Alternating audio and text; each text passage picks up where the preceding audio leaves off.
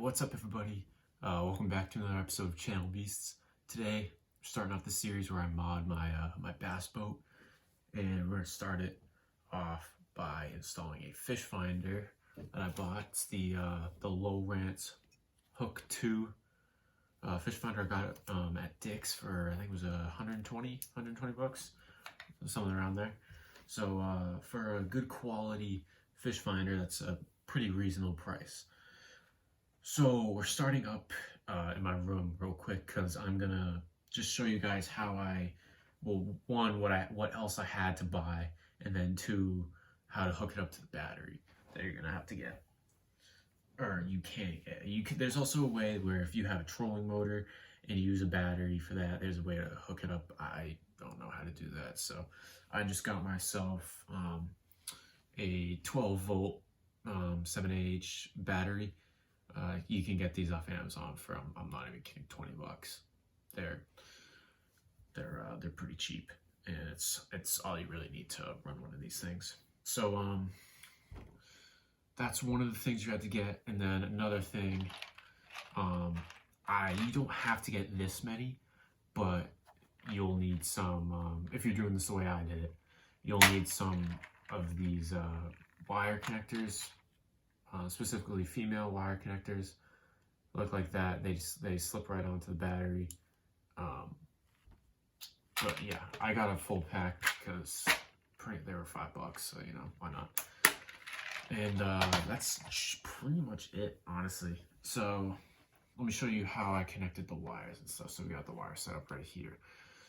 So the actual fish finder itself, it comes with this big long wire that has a transducer, and then it splits into the wires that you would connect to the battery and that connect to the actual like screen.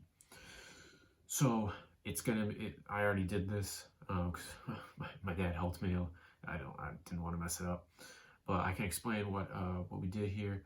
So the fish finder I got came with this. Basically makes so that the fuse doesn't blow if, like, I don't know, I think if like the battery got wet or something. I don't know anything about electricity, but either way, so the red wire and one of these wires, my dad put this wire cap on them to connect them, and then we put one of these female wire connectors at the end of it. And basically you can either use a crimping tool, or I think you can use a pair of pliers. Don't quote me on that though. And you pretty much just pinch it in so that it holds in place. And then I wrapped electrical tape around it, just, you know, for some extra support.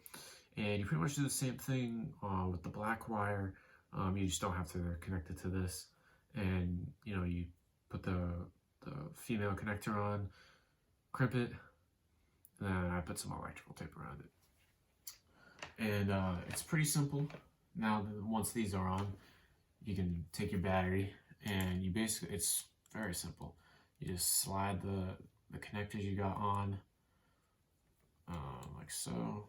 Just give me a sec. Like so, like that. It'll look like that on there. It fits very nicely. And that's really all you have to do. Just make sure it's plugged in here, and then bam, you're all set. Yeah, and that's all you really need, honestly. It's how do I turn this thing off? Still figuring out how to use this thing. Oh, there we go. Okay. All right, I'm getting that. I'll get used to it. That's all you need to set up, like the electricity part of it.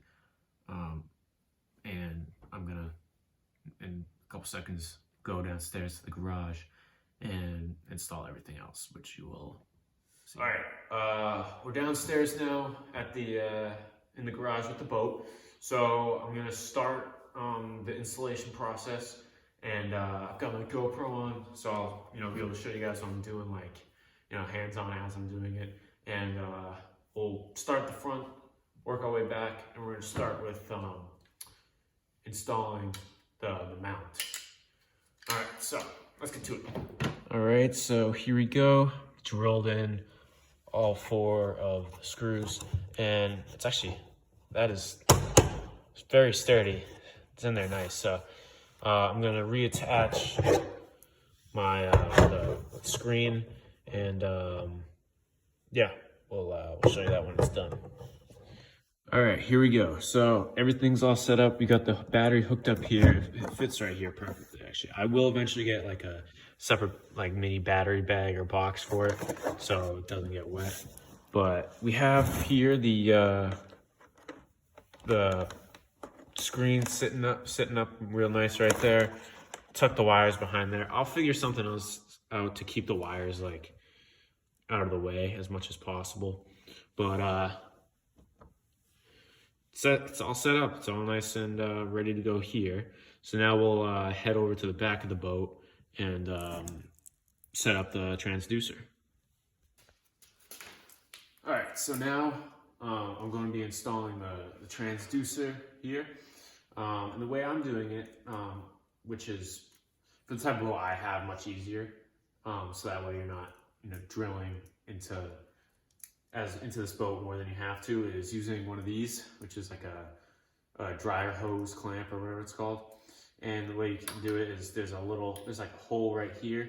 You can just slide it right through there and then tighten it around the base of your trolling motor, and then just feeding the wire up. So that's what I'm gonna do. And so I'll do that, and then I'll show you guys what it looks like, and then what I did for the wires and stuff like that. So see you guys in a second. All right, so here we go. We have the hose clamp wrapped right around it, tightened it, nice and secure, perfect. And then when you go up the trolling motor, I put zip ties around the cord to keep it tight and made sure to leave enough room if I need to extend or close the trolling motor in. And then the rest of the wire, honestly, I just tuck it into the side down to where the screen and battery are. So this is pretty bare bones. This is like, but so is this boat, But I probably will figure out ways to, keep the wires all, together, and I will get a battery bag and stuff like that. So it'll get cleaned up. But, this is just a basic, how to really quickly get it set up, what you need to get, and then, so that you can get out and get fishing. So, yeah, I hope you guys enjoyed this video. I will be modding my boat some more. So if you have any suggestions, drop a comment. Have any questions, drop a comment. I'll answer anything you have. Other than that, I will see you guys later. So peace out.